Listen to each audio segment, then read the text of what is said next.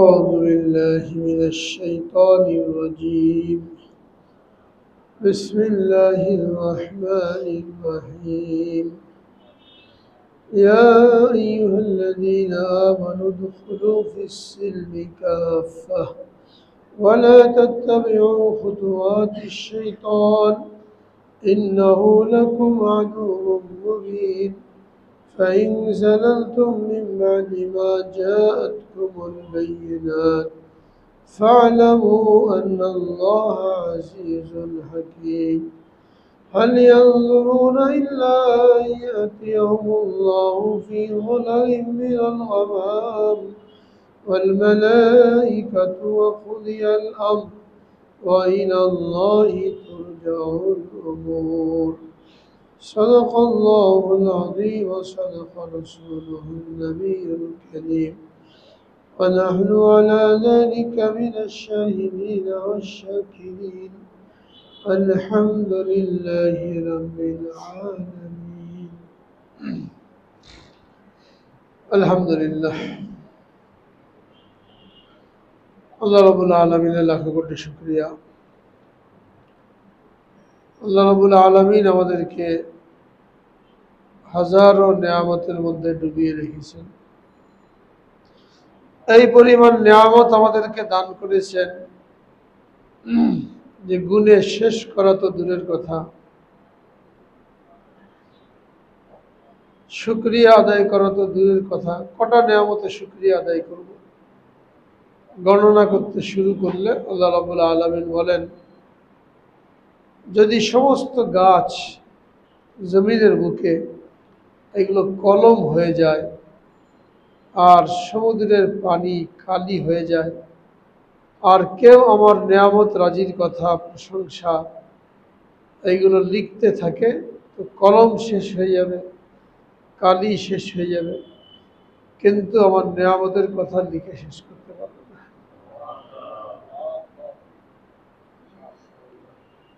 এই সমস্ত নিয়ামতের মধ্যে সবচেয়ে বড় নিয়ামত ঈমান এবং ইসলামের নিয়ামত। যাকে আল্লাহ তাআলা ঈমান দিলেন, যাকে আল্লাহ তাআলা ইসলাম দিলেন, তার চাইতে বড় সৌভাগ্যশালী আর কেউ নাই।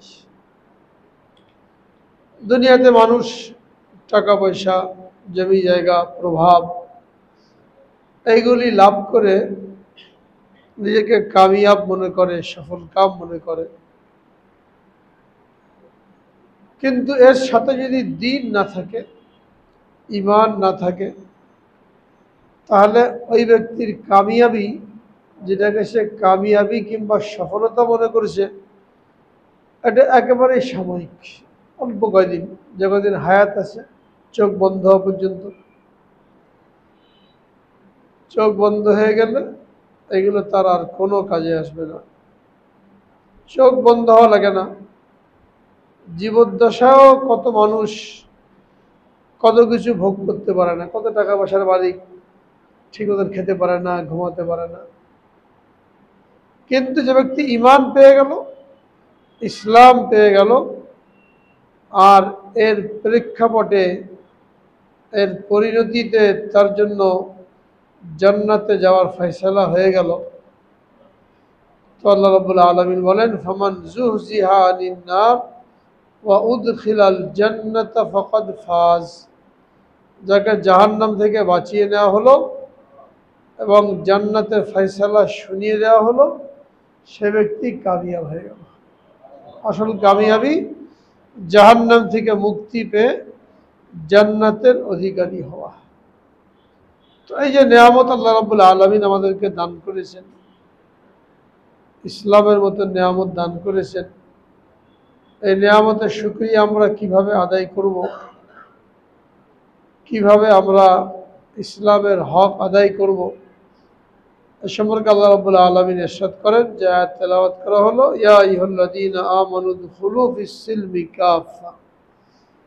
তোমাদেরকে আমি যে ইসলামের দৌলত দান করেছি, এর শুকরিয়া হলো তোমরা পরিপূর্ণভাবে ইসলামে দাখিল হয়ে যাও, পাক্কা মুসলমান হয়ে যাও, পরিপূর্ণ মুসলমান হয়ে যাও, আধা মুসলমান না, বা মন চাই মুসলমান না, যেটা ভালো লাগলো করলাম, যেটা ভালো লাগলো না করলাম না, যেখানে মন চাই করলাম, যেখানে মন চাই করলাম না, এরকম না।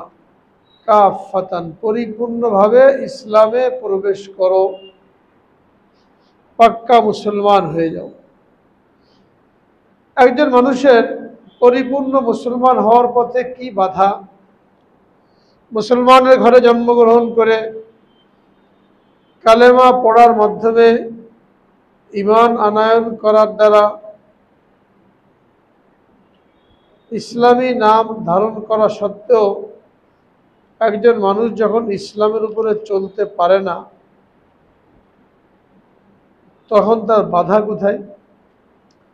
এটা আল্লাহ রাব্বুল আলামিন এখানে তুলে ধরেছেন যে মুসলমান দাবি করা সত্ত্বেও, কালেমা পড়া সত্ত্বেও পরিপূর্ণ ইসলামে দাখিল হওয়া কিংবা পরিপূর্ণভাবে ইসলামের উপরে চলার পথে তোমার জন্য যে বড় বাধা, এটা হলো শয়তান। এই জন্য বলছেন ওয়ালা তাত্তাবিউ খুতুওয়াতিশ শাইতান, শয়তানের পদাঙ্ক অনুসরণ করো না, শয়তানের পরামর্শ মতন চলো না, শয়তানের কথা শুনো না। ইন্নাহু লাকুম আদুউম মুবিন, নিশ্চয় শয়তান তোমাদের প্রকাশ্য দুশমন। কারোর বাপ মৃত্যুর সময় যদি সন্তানদেরকে ডেকে ওসিয়ত করে যে অমুক লোক আমাদের বড় দুশমন, সবসময় আমাদের ক্ষতি করার জন্য চেষ্টা করে, সুতরাং আমার মৃত্যুর পরে তোমরা তার থেকে দূরে থাকবে, এ কিন্তু বড় দুশমন, ধুরন্ধর।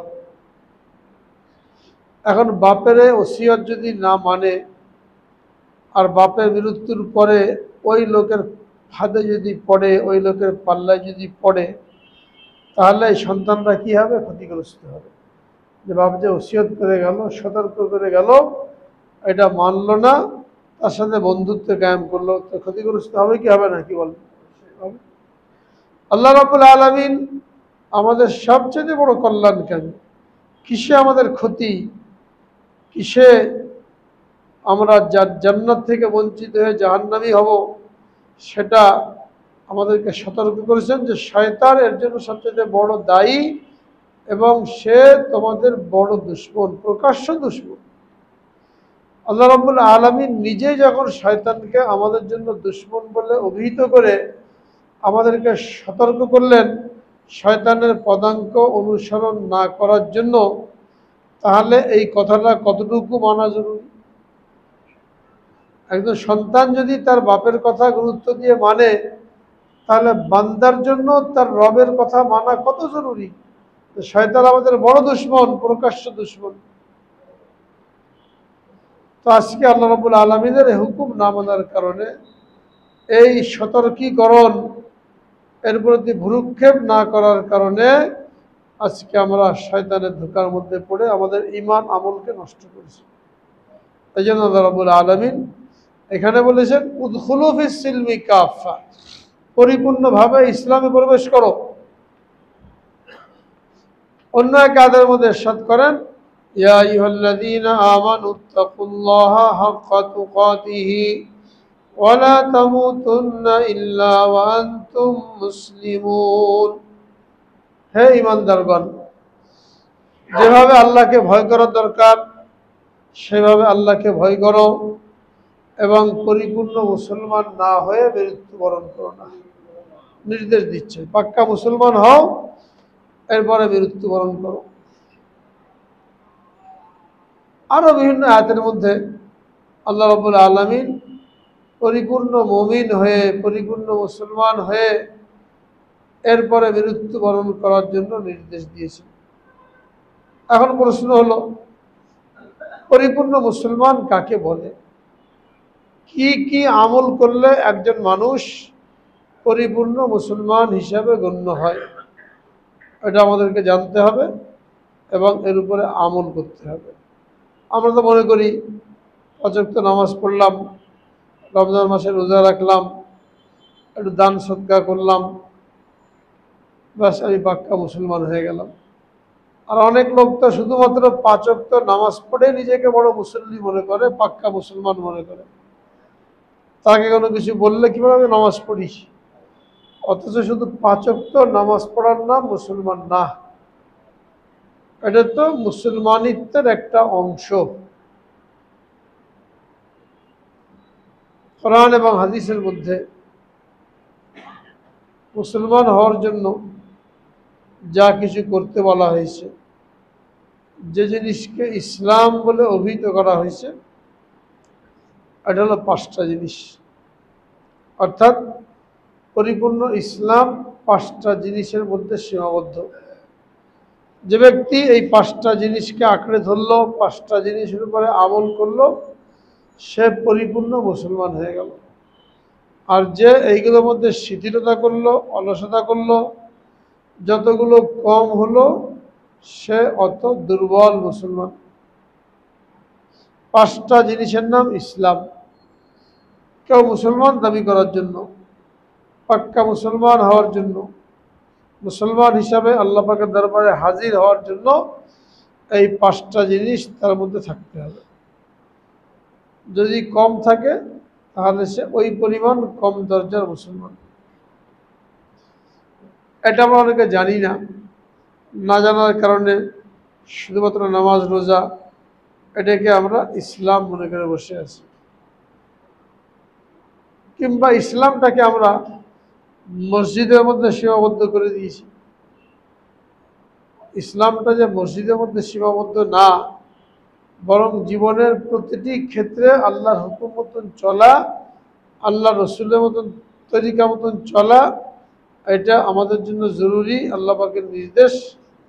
এটা আমরা অনেকে বুঝতে চাই না, যার কারণে মসজিদ থেকে বের হওয়ার পরে ব্যক্তিগত যে কাজগুলি থাকে, দেখা যায় এখানে আমরা ইসলাম বিরোধী কাজে লিপ্ত। খেতে বসলাম, ইসলামী তরিকা নাই, বাজারে গেলাম ইসলামী তরিকা নাই, বাথরুমে গেলাম ইসলামী তরিকা নাই, বিবাহ শাদী করলাম ইসলামী তরিকা নাই। কেন? আমরা শুধু ইসলামকে মসজিদের মধ্যে সীমাবদ্ধ করে দিয়েছি, যে নামাজ পড়ব সুন্নত মতন, ব্যাস আমি মুসলমান। আর আমার যে কাজগুলি আছে ব্যক্তিগত, পারিবারিক বা সামাজিক, এইগুলো আমি আমার মন মতন করব। অথচ এটা ভুল ধারণা। প্রতিটি ক্ষেত্রে ইসলামকে অনুসরণ করা, এটা হলো পরিপূর্ণ মুসলমান হওয়ার আলামত। ক্ষুদ্র থেকে ক্ষুদ্র, বৃহৎ থেকে বৃহৎ, একান্তই ব্যক্তিগত যে কোনো কাজ হোক, এই প্রত্যেকটা কাজ আল্লাহর হুকুম মতন হলে, আল্লাহ রসুলের তরিকা মতো হলে, তাহলে এটা ইবাদত হিসেবে গণ্য হবে। ওই ব্যক্তি মুসলমান হিসাবে নিজেকে দাবি করতে পারবে। এই 5টা জিনিস সকলে জানাও জরুরি, মাঝে মাঝে মিলানো জরুরি, যে আমি কেমন মুসলমান। নিজেই আমরা ঠিক করতে পারবো যে আমার মধ্যে এই জিনিসগুলি কতটুকু আছে। যদি পুরোপুরি থাকে তো আলহামদুলিল্লাহ, পুরোপুরি মুসলমান। যতটুকু কম থাকবে ওই পরিমাণ কম দরজার মুসলমান। তার মধ্যে 1 নম্বরই হলো ঈমান ঠিক করা, ঈমান আকীদা দুরস্ত করা। আগেও বলা হয়েছে, গত সপ্তাহে আলোচনা হয়েছিল যে ঈমান, যে কোনো আমল আল্লাহ পাকের দরবারে কবুল হওয়ার জন্য ঈমান জরুরি।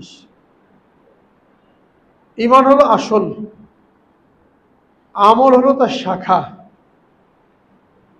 একটা গাছের মতন, একটা গাছ লম্বা হয়, তার ডালপালা ছড়ায়। একটা হলো গাছের কাণ্ড, আর হলো ডালপালা। মূল গাছ যদি না থাকে, ডালপালা কোথায় গজাতো? বা একটা চেরাগ, তার মধ্যে তেল দেওয়া হলে চেরাগটা জ্বলে। যদি তেল না থাকে তো চেরাগ জ্বলবে না।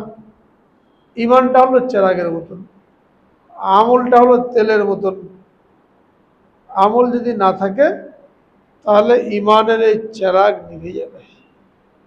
কত লোক নাস্তিক হয়ে যায়, কত লোক মুরতাদ হয়ে যায়, কত লোক মৃত্যুর সময় কালেমা নসিব হয় না, কালেমা ছাড়াই মরে যায়। কারণ কি? কারণ হলো এই আমলের পাবন্দি না করার কারণে ওই ঈমানটা নিয়ে এসে যেতে পারে না। আমলে পাবন্দি করলে সুন্নত তরিকা মতন, তখন এই ইমানটা বাকি থাকতো, ইমানের সাথে যেতে পারত। এই কারণে 1 নম্বর হলো ইমান দুরুস্ত করা, ইমান আকীদা দুরুস্ত করা। 5 জিনিসের মধ্যে 1 নম্বর ইমান, সবার আগে এটাকে বলা হয়েছে। ইমান আকীদা দুরুস্ত করা মানে সহি করা, ঠিক করা। ঠিক করা মানে ইমান যাকে বলে ওই জিনিসগুলি পরিপূর্ণ বিশ্বাস করা। ইমান কাকে বলে? ইমান হলো 7টা জিনিসকে বিশ্বাস করার নাম। যেটা আমরা ইমানে মুফাসসালের মধ্যে পড়েছি কায়দায়, আমানতু বিল্লাহি ওয়া মালাইকাতিহি ওয়া কুতুবিহি ওয়া রুসুলিহি ওয়াল ইয়াউমিল আখিরি ওয়াল কদরি খাইরিহি ওয়া শাররিহি মিনাল্লাহি তাআলা আল বাসি বাদাল মউত। এই কালেমাটা এইভাবে হুবহু কোনো হাদিসের কিতাবের মধ্যে নাই। এখানে 7টা জিনিসের উপরে ইমান আনার কথা বলা হয়েছে। এই 7টা জিনিসের কথা ছড়ানো ছিটানো আছে। হয়তো কোনো বুজুর্গ, কোনো আলেম সহজে মুখস্থ করার জন্য এটাকে বিন্যস্ত করে দিয়েছেন আমানতু বিল্লাহি ওয়া মালাইকাতিহি হিসাবে, যা কায়দার মধ্যে পাওয়া যায়। অর্থাৎ এই 7টা জিনিসে আমি পরিপূর্ণ বিশ্বাস স্থাপন করলাম। এই 7টা জিনিসের মধ্যে যদি কোনো একটা বিষয়ে কারো সন্দেহ থাকে, সংশয় থাকে, তাহলে সে ব্যক্তি ইমানদার হতে পারবে না। ইমানদার হওয়ার জন্য জরুরি হলো 7টা জিনিসের উপরে পুরোপুরি বিশ্বাস স্থাপন করা। আল্লাহর উপরে, ফেরেশতাদের উপরে, তার কিতাবসমূহের উপরে, রসুলদের উপরে, কিয়ামতের দিনের উপরে, মৃত্যুর পরে আবার জীবিত হতে হবে এর উপরে, এবং ভালো মন্দ যা কিছু হয় তাকদীর অনুযায়ী হয়। আল্লাহ রাব্বুল আলামিন মানুষের জন্মের আগেই তার জন্য সব কিছু নির্ধারণ করে রেখে দিয়েছেন। ওইগুলো ওইরকমই হুবহু হবে, যা কিছু হয় ওইরকমই হয়। কাকতালীয় কোনো কিছু হয় না, হঠাৎ করে কোনো কিছু হয় না। যেরকম লেখা আছে ওরকমই হবে। আমি আপনি না জানার কারণে কি মনে হয় হঠাৎ করে হয়ে গেছে। হঠাৎ করে কিছু হয়? মোবাইলটা রেখে দিয়েছিলেন বা জানলা পাশে বসে বাসের মধ্যে কথা বলছেন, টান দিয়ে নিয়ে গেল, তো কি মনে হবে, ইস যদি জানলা পাশে না বসতাম তাহলে আর চুরি হতো না। এরকম না, ওটা তো হবেই, ওটা লেখা আছে, ফয়সালা হয়ে আছে। দুনিয়াতে আসার 50,000 বছর আগেই ফয়সালা হয়ে গেছে। এটাকে তাকদীর বলা হয়। আল্লাহ রাব্বুল আলামিন বান্দার জন্য নির্ধারণ করে রেখে দিয়েছে। এই 7টা জিনিস এর উপরে পরিপূর্ণ বিশ্বাস স্থাপন করা, কোনোটার মধ্যে কোনো সংশয়, দোদুল্যমানা, দ্বিধাদ্বন্দ্ব এইগুলো না থাকা, এটা হলো ঈমান। 7টা জিনিসের উপরে যার ইয়াকিন, বিশ্বাস যত মজবুত হবে তার ঈমান তত মজবুত হবে। শয়তান তাকে ধোঁকা দিতে পারবে না, পদস্খলন ঘটাতে পারবে না। আর যদি এখানে দ্বিধাদ্বন্দ্ব পয়দা হয়ে যায় তাহলে শয়তান ধোঁকা দেবে, ধোঁকা দিয়ে ঈমান হারা করে ফেলবে। আল্লাহ পাক সকলকে হেফাজত করেন। তো 1 নম্বর হলো ঈমান আকীদা দুরুস্ত করা, অর্থাৎ এই 7টা জিনিসের উপরে পরিপূর্ণ বিশ্বাস স্থাপন করা। বাকি এর হাকিকত, কাইফিয়াত কিভাবে হবে এই বিস্তারিত জানার দরকার নেই, সংক্ষেপে জানলেই হবে যে আল্লাহ রাব্বুল আলামিন লক্ষাধিক পয়গম্বর পাঠিয়েছেন, আসমান জমিন এখানে অগণিত ফেরেশতা সৃষ্টি করেছেন, মানুষের হেদায়েতের জন্য বড় বড় 4টে কিতাব নাজিল করেছেন। এর বাইরে ওই 4টে কিতাবের নাম কার উপরে নাজিল হয়েছে এইগুলো না জানলেও কোনো অসুবিধা নেই। মৌলিক জিনিসগুলি এটা জানা, এর মধ্যে কোনো সন্দেহ না থাকা, এটাকে বলা হয় ঈমান। ঈমান যখন নিয়ে আসলাম, এরপরে আমার জন্য জরুরি হয়ে গেল আরো 4টে কাজ।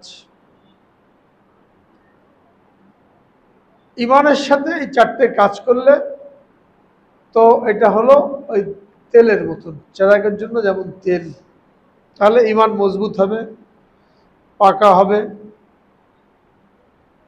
কালেমার মৃত্যু নসিব হবে। এই ঈমান আমাকে জান্নাতে পৌঁছে দেবে। আর ওই জিনিসগুলো যদি না আসে তো ঈমান দুর্বল হয়ে যাবে। যখন ঈমান আনলাম কালেমা পড়ার মাধ্যমে, ঈমানে মুফাসসাল এটাকে স্বীকার করার মাধ্যমে, এখন আরো 4টে কাজ আমার জন্য করা জরুরি। তার মধ্যে 1 নম্বর হলো যে আমলের হুকুম আল্লাহ তাআলা দিয়েছেন, এই আমলগুলি সুন্নত তরিকা মতন করা।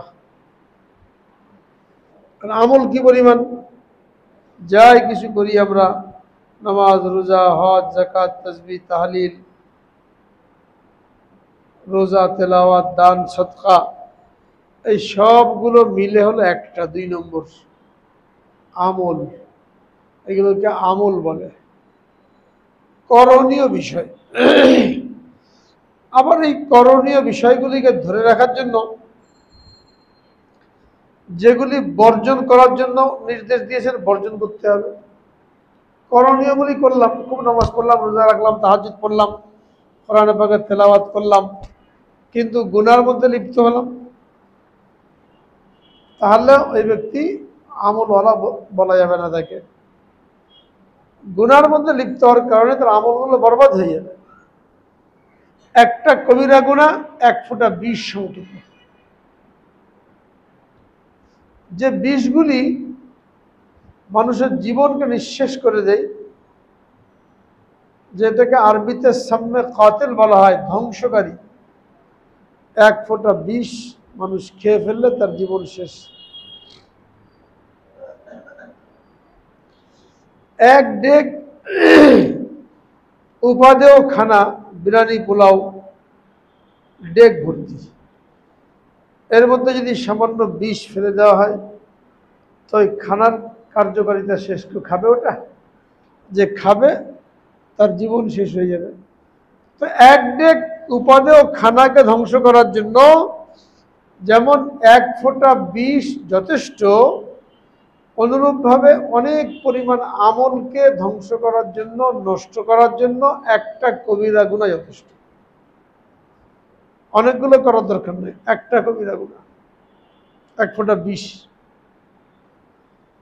এই জন্য উলামায়ে কেরাম বলেন যে একটা কবিরা গুনাহ মানুষকে জান্নাত থেকে জাহান্নামে নেওয়ার জন্য যথেষ্ট। অনেক আমল করেছিল, মারা গেলে জান্নাতে যাবে এমন অবস্থা, কিন্তু শেষ মুহূর্তে এসে এমন একটা কাজ করে বসলো যে তার ঈমান নষ্ট হয়ে গেল, আমল নষ্ট হয়ে গেল। এই জন্য আমলগুলি সুন্নত তরিকা মতন করার সাথে সাথে তার বিপরীত যে গুনাহগুলি আছে, গুনাহগুলি থেকে বেঁচে থাকা, এটা 2 নম্বর কাজ। 1 নম্বর হলো ঈমান আকীদা সহি করা, 2 নম্বর হলো আমলগুলি সুন্নত তরিকা মতন করা। আর আমল বলতে কি, যা কিছু করি আমরা, এই আমলের একটা অংশ হলো নামাজ। আমলটাকে যদি 100 ভাগে ভাগ করা হয়, এই একটা আমল, একটা আমল, একটা আমল, এরকম 100টা আমল। এই 100টা আমলের মধ্যে নামাজ 1% মাত্র।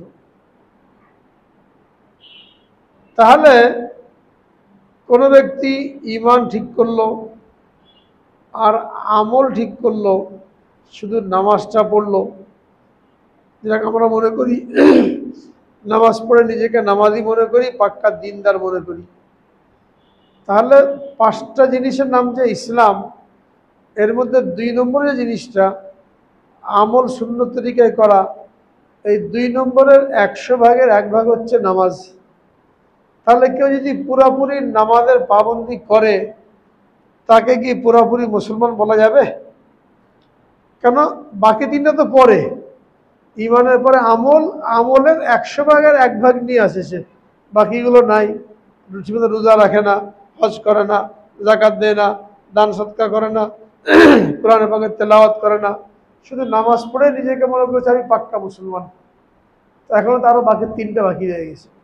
পাক্কা মুসলমান হওয়ার জন্য ঈমান আনা, ইবাদত বন্দেগী সুন্নত তরিকায় করা, এই ইবাদত বন্দেগীর 100 ভাগের 1 ভাগ হলো নামাজ, এর সাথে আরো 99টা যোগ দিলে তখন ইবাদত করনেওয়ালা গণ্য হবে। এরপরে 3 নম্বরে রয়েছে মুআমালাত। মুআমালাত মানে লেনদেন, আয় রোজগার হালাল রাখা। অনেকে মনে করে ইসলামের সম্পর্ক শুধুমাত্র মসজিদের সাথে, মসজিদের বাইরে তোমরা ইসলামকে কেন টেনে নিয়ে আসো? ব্যবসা বাণিজ্য হালাল জায়গায় করতে বলা হলে, চাকরি বাকরি সেইভাবে করতে বলা হলে, ক্ষেত খামার চাষবাস ঠিকভাবে করতে বলা হলে কিছু লোক মনে করে, মন্তব্য করে যে ইসলামকে মসজিদ পর্যন্তই রাখো, এইখানে আবার ইসলামকে কিছু টেনে নিয়ে আসছো। অথচ এবাদত বন্দেগী কবুল হওয়ার জন্য মুআমালা সহিও দরকার, লেনদেন সহিও দরকার। কারণ লেনদেন যদি হারাম হয়, কামাই যদি হারাম হয়, আয় রোজগার যদি হারাম হয়, লাখ লাখ টাকা কামাই করলো, কোটি কোটি টাকা কামাই করলো হারাম তরিকায়, এই খাদ্য ভক্ষণ করে শরীরকে হাট্টা বানিয়ে এই শরীর দ্বারা যে এবাদত বন্দেগী করবে, এই আবাদত বন্দেগী আল্লাহ পাকের দরবারে কবুল হবে না। কারণ 2 নম্বরটি ছিল আবাদত। এই আবাদত কবুল হওয়ার জন্য 3 নম্বরটাও জরুরি। 3 নম্বর হলো আয় রোজগার হালাল রাখা। কেউ হারাম পথে টাকা পয়সা কামাই করে হজ করে আসলো, আর হজ হবে? কবুল হবে? উল্টা গুনাহ হবে। কেউ জাকাত দিল, জাকাত আদায় হবে? তামাশা করা হবে। হারাম মালের মধ্যে জাকাতও নাই, হারাম মালের মধ্যে হজও ফরজ হয় না। কেন? হারাম মানেই হলো এটা অন্য কারো মাল। সুদ, ঘুষ, আত্মসাৎ, ফাঁকিবাজি, এইগুলো করেই যে পয়সাগুলো কামাই করা হয় ওটাকে কি বলা হয়? হারাম বলা হয়। তাহলে পয়সার মালিক আমি না। সুদের মাধ্যমে যে পয়সা কামাই করলাম ওটা মালিককে, যে সুদ যার কাছ থেকে নেওয়া হয়েছে। ঘুষের মাধ্যমে যে পয়সা কামাই করলাম ওটার মালিককে, যে দিয়েছে। তাহলে বোঝা গেল হারাম জিনিসের, হারাম মালের মালিক আমি না। আমি যখন না, তখন ওই হারাম মাল দিয়ে হজ করার কোনো অধিকার আমার নাই, ওই হারাম মাল দিয়ে জাকাত দেওয়ার কোনো অধিকার আমার নাই।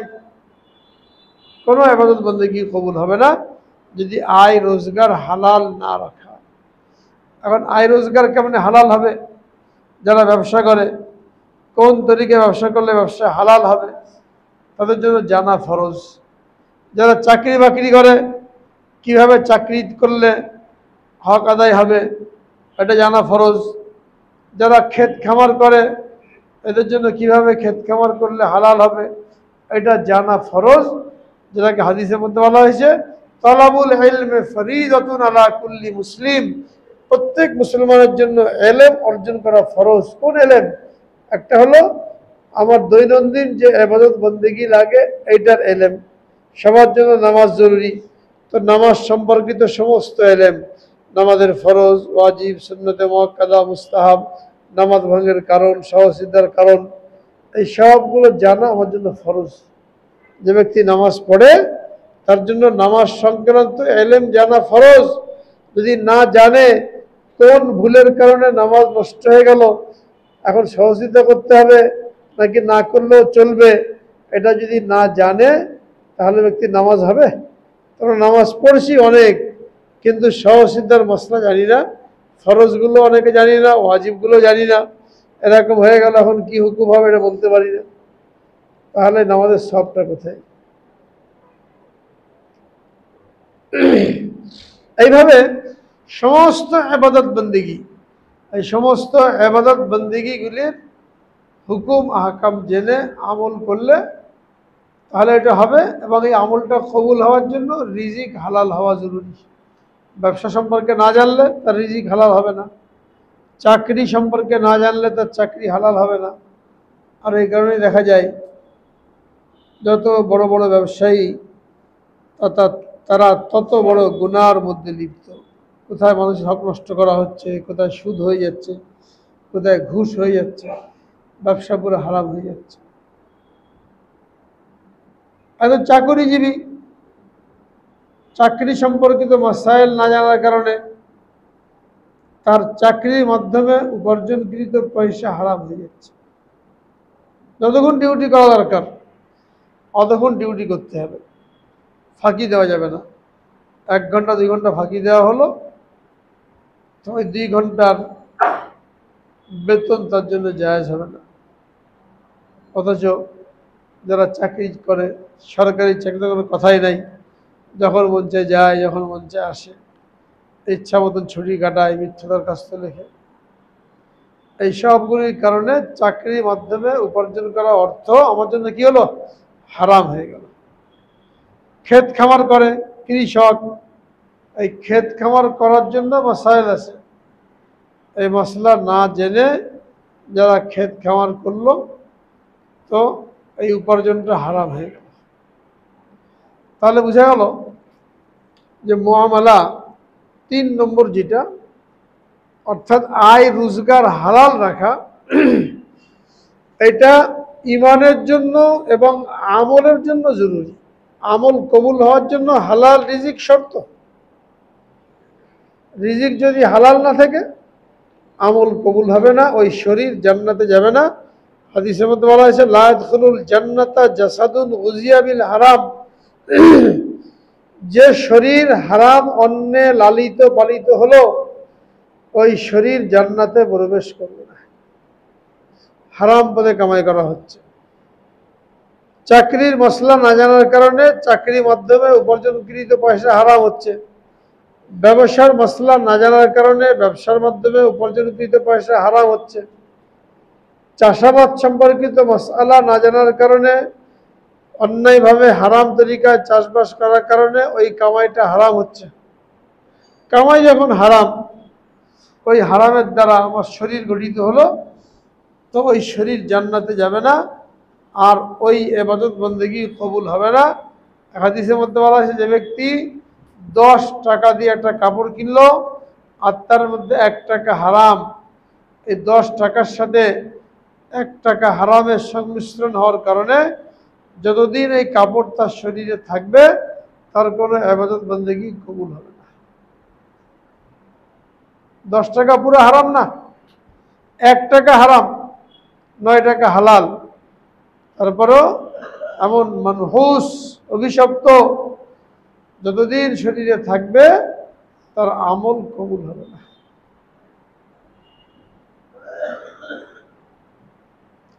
যে ব্যক্তি অন্যায়ভাবে কারোর 1 টাকা আত্মসাৎ করবে,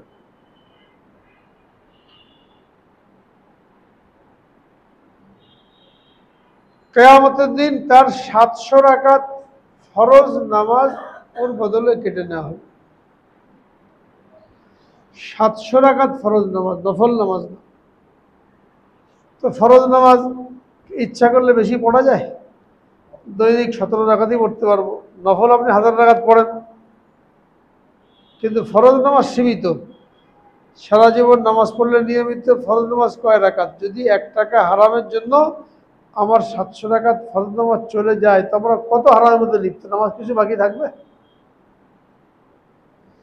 এগুলো বারবার চিন্তা করা দরকার। চিন্তা করার জন্য এই মজলিস, তাফসীর হোক, তালিম হোক, বয়ান হোক, এর জন্যই এই মজলিস।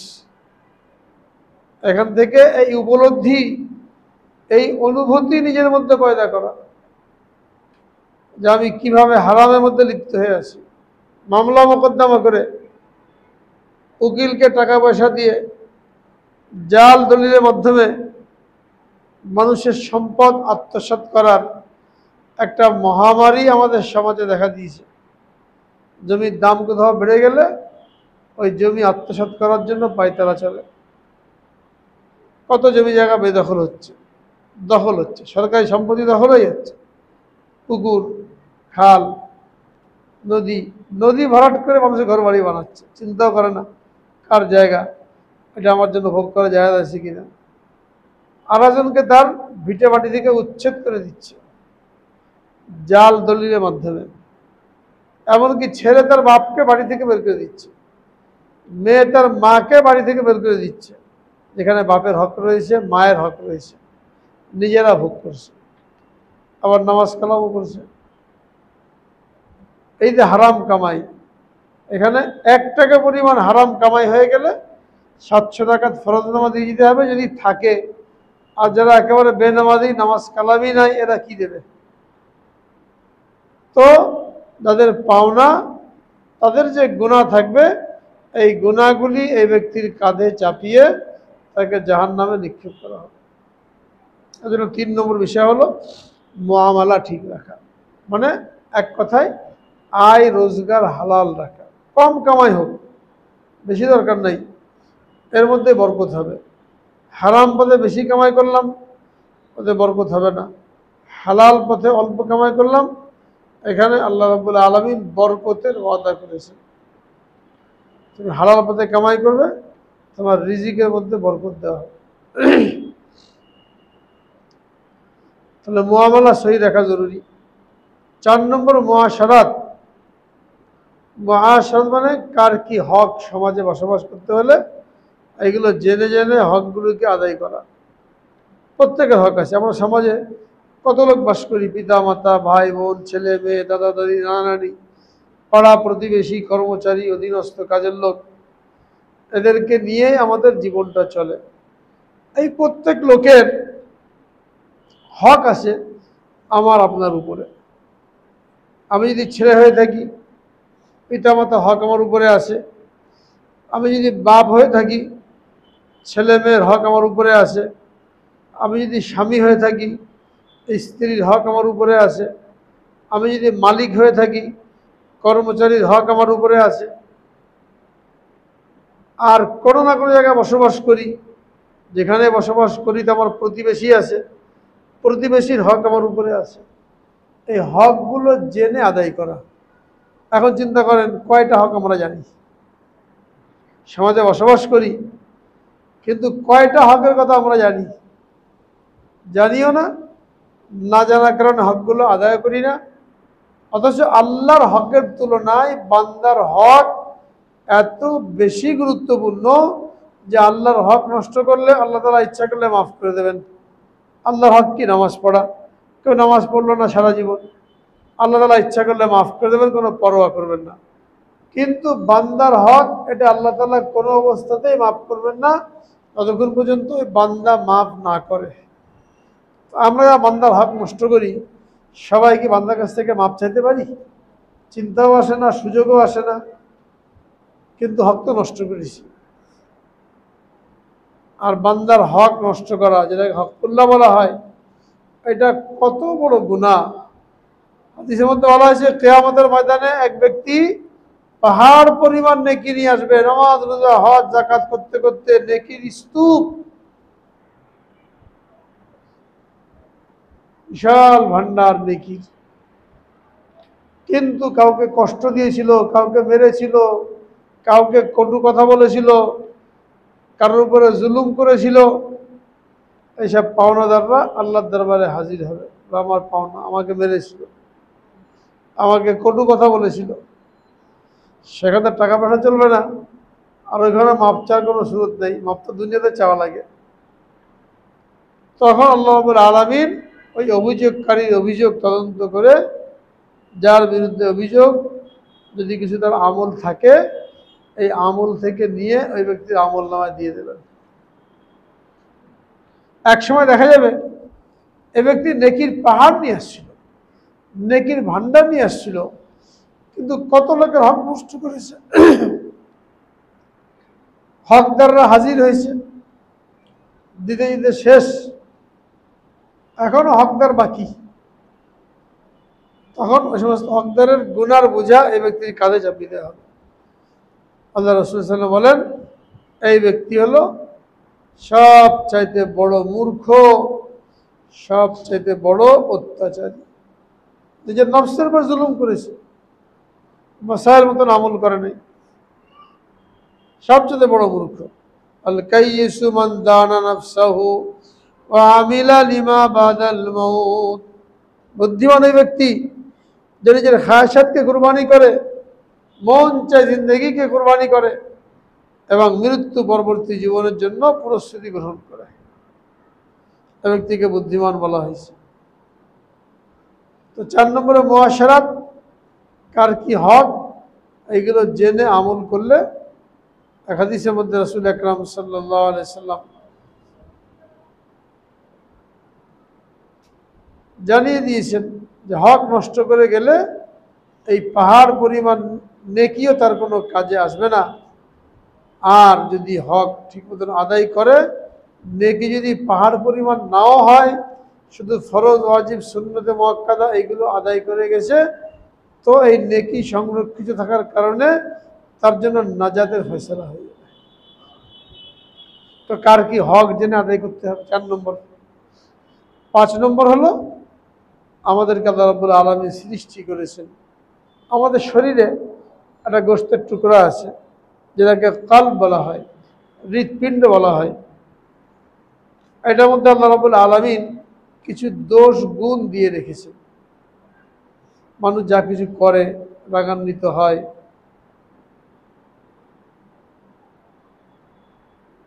অহংকার করে, হিংসা করে, এই সবগুলি তার ওই টুকরার মধ্যে দেওয়া আছে। হাদিসের মধ্যে বলা হয়েছে, আলা ইন্না ফিল জাসাদি লা মুযগা ইযা সালুহাত সালুহাল জাসাদু কুল্লু ওয়া ইযা ফাসাদাত ফাসাদাল জাসাদু কুল্লু আলা ওয়া হিয়াল কলব। তোমরা শুনে রাখো, শরীরের মধ্যে একটা গোশতের টুকরা আছে। ওই গোশতের টুকরা যদি ঠিক থাকে তাহলে পুরো শরীর ঠিক, আর ওই গোশতের টুকরা যদি বেঠিক হয়ে যায় তাহলে শরীরের সমস্ত অঙ্গ প্রত্যঙ্গের ব্যবহার বেঠিক হয়ে যাবে। আলা ওয়াহিয়াল কালব, এটা হলো কালব, অন্তর। অর্থাৎ এখানে 10টা রোগ আছে, এর মোকাবেলায় 10টা গুণ আছে। এই রোগগুলোকে চিকিৎসা করে নেক গুণ অর্জন করা, যেটাকে আত্মশুদ্ধি বলা হয়, যেটাকে ইসলাহে বাতেন বলা হয়, যেটাকে তাজকিয়া বলা হয়, এটাও জরুরি। এটা যদি না করে, প্রথম 4টা আছে, ইমান ঠিক আছে, আমল সুন্নত তরিকার মতন আছে, লেনদেনও ঠিক আছে, সবার হক নষ্ট করে, কিন্তু অন্তরকে পরিশুদ্ধ করে নাই। অন্তরের মধ্যে রোগগুলো রয়ে গেছে, রাগ রয়ে গেছে, হিংসা রয়ে গেছে, তাহলে এই একটা রোগ তার সমস্ত আমলকে বরবাদ করার জন্য যথেষ্ট, সব আমলকে বরবাদ করে দেবে। একটা লোক রাগান্বিত হয়ে আরেকজনকে হত্যা করে বসলো, যেমন আমাদের সমাজে রাজনৈতিক প্রতিপক্ষরা এগুলো করে থাকে, এবং হত্যাকাণ্ডকে স্বাভাবিক দেখা হয়। কিন্তু একজনকে ইচ্ছাকৃত হত্যা করার কারণে ওয়াইয়াকতুল মুমিনা মুতাআম্মিদান ফাজাযাহু জাহান্নামু খালিদান ফিহা, যে ব্যক্তি কোনো মুমিনকে ইচ্ছাকৃত হত্যা করলো তো তার শাস্তি হলো ফাজাযাহু, চিরস্থায়ী জাহান্নাম। দুনিয়ার টাকা পয়সা, গাড়ি বাড়ি, এগুলো সব পড়ে থাকলো, শুধুমাত্র একটু হিংসার বশবর্তী হয়ে একজনকে খুন করে বসলাম, সারা জীবনের আমল বরবাদ হয়ে গেল। অন্তরের রোগ, এজন্য অন্তরের রোগের চিকিৎসা করা ফরজ। শারীরিক রোগের চিকিৎসা, অসুস্থ হলে চিকিৎসা করা সুন্নত, অন্তরের রোগের চিকিৎসা করা ফরজ। শারীরিক রোগের চিকিৎসার জন্য টাকা পয়সা লাগে, ডাক্তারের কাছে যাওয়া লাগে। অন্তরের রোগের চিকিৎসার জন্য টাকা পয়সা লাগে না, ডাক্তারের কাছে যাওয়া লাগে না, বরং যারা আল্লাহওয়ালা, এলেমওয়ালা, তাদেরকে আল্লাহ রাব্বুল আলামিন এমন যোগ্যতা দিয়েছেন যে তাদের কাছে গেলে তারা এই রোগের চিকিৎসা করিয়ে দেবে, কোনো হাদিয়া তওবা লাগবে না, কোনো পয়সা লাগবে না। এমনি ডাক্তারের কাছে কিন্তু পয়সা লাগে, এখানে লাগবে না, সহজ করে দিয়েছে। যেগুলো সহজ এগুলোকে আল্লাহ রাব্বুল আলামিন হাসিল করাও সহজ করে দিয়েছে। তো অন্তরের রোগের চিকিৎসা করা, তাহলে যে আয়াতের মধ্যে আল্লাহ রাব্বুল আলামিন মুসলমানদেরকে সম্বোধন করে নির্দেশ দিলেন, ইয়া আইয়ুহাল্লাযীনা আমানু দুখুলু ফিস-সিলমি কাফা, হে মুসলমানগণ তোমরা পরিপূর্ণভাবে ইসলামে প্রবেশ করো। ওয়ালা তাত্তাবিউ খুতুওয়াতিশ শাইতান, শয়তানের পদাঙ্ক অনুসরণ করো না। ইন্নাহু লাকুম আদুউম মুবিন, নিশ্চয়ই শয়তান তোমাদের জন্য স্পষ্ট দুশমন। আদুউম মুবিন, এটা স্পষ্ট করে দেওয়ার পরে শয়তানকে বন্ধু বানানোর আর কোনো সুরত থাকে না। এবং পরিপূর্ণভাবে মুসলমান হওয়ার জন্য এই 5টা জিনিসকে আঁকড়ে ধরা জরুরি, তাহলে আমরা পরিপূর্ণ মুসলমান হব। ইমানের সাথে মৃত্যু হবে, কালেমার মৃত্যু হবে, এবং হাসরের ময়দানে পুঙ্খানুপুঙ্খ হিসাব দেওয়া আমার আপনার জন্য সহজ হবে। আল্লাহ পাক আমল করার তৌফিক দান করেন। এই 5টা জিনিস আমরা মনে রাখি: ইমানিয়াত, ইবাদত, মুআমালাত, মুআশারাত, আখলাকিয়াত। ইবাদত বন্দেগী সুন্নত তরিকায় করা, ইমান আকীদা দুরুস্ত করা, ইবাদত বন্দেগী সুন্নত তরিকায় করা, লেনদেন হালাল রাখা, কার কি হক এগুলো জেনে আদায় করা, অন্তরের রোগের চিকিৎসা করা ও পরিশুদ্ধ করা। ব্যাস এই 5টা মনে রেখে নিজেরাও মনে রাখি, ঘরে যে মা বোন যারা আছে তাদের সাথেও তালিমকে জিনিসগুলো জানাই যে এগুলো আমাদের প্রত্যেকের জন্য ইসলাহ করা জরুরি। তাহলে ব্যক্তি কী হবে? পাক্কা মুসলমান হবে, পরিপূর্ণ মুসলমান হবে। আল্লাহ রাব্বুল আলামিন সকলকে পাক্কা মুসলমান হয়ে জীবন যাপন করার তৌফিক দান করেন এবং মৃত্যুর জন্য কবুল করেন।